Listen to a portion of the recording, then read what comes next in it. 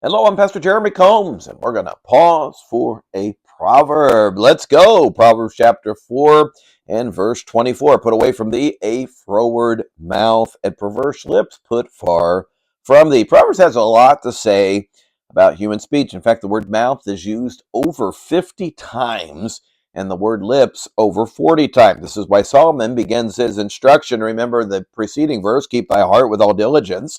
Starts right here with the mouth. It's been said that what goes in has got to come out. Our heart is shaped largely by what we see and by what we hear. This is in process by our thinking, our desires, and our will, which is what the Bible calls the heart.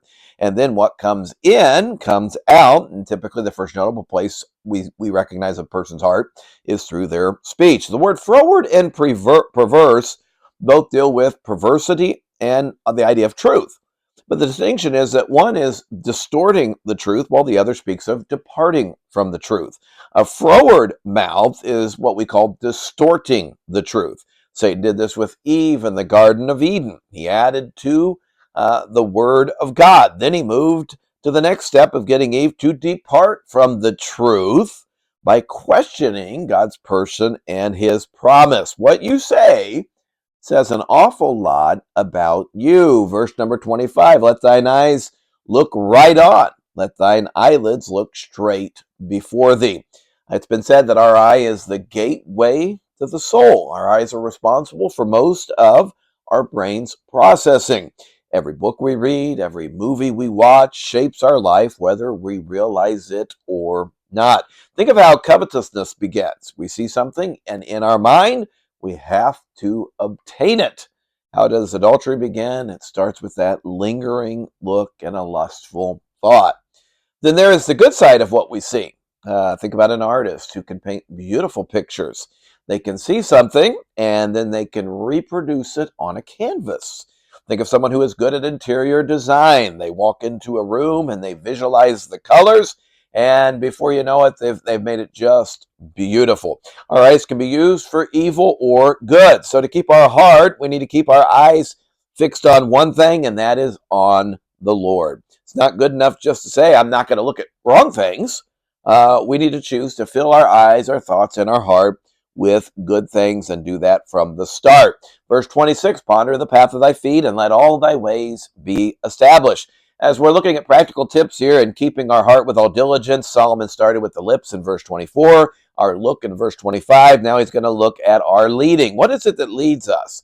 It appears with a quick glance that this verse simply implies that we're supposed to watch where we're going. But there's more to it than that.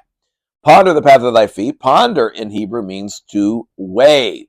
We need to determine what is the most profitable path of life and just start walking it. Then our life can have purpose and profit, or as it says here, all of our ways will be established. All of us have probably been lost before. Sometimes before we started out with no direction, or maybe we've been given bad directions by somebody. What happened? Well, probably being lost, we got anxious. No doubt some of us, and with all the intentions that we had, were wasted, or we missed out on something because we lost time. Life's too short to waste time. Life can lead you to some very fearful places.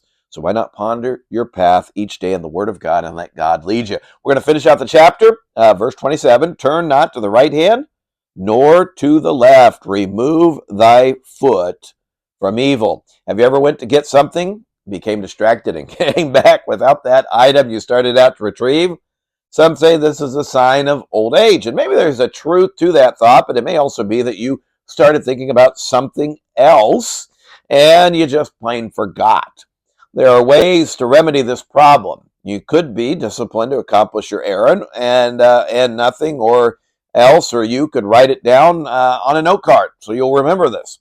Either way, it's a decision to accomplish the desired task without distractions or detours. Life's got a lot of distraction, does it not? Some are bad, like drugs, immorality, a covetous mind. Others, maybe not so bad, but they can keep us from our goals, like television and cell phones and games. Solomon says, if you're going to keep your heart with all diligence, you have to have a direction, and then don't be distraction. Don't go left, don't go right, don't go forward. Does this describe your Christian life? Forward without distraction. It should. get started today. Hey, just before we sign off, thank you for joining us for these 5-minute Bible studies. We're going to take a break for the next 2 weeks. So we wish you all a Merry Christmas, and we'll look forward to seeing you next year as we roll into Proverbs chapter 5. God bless you.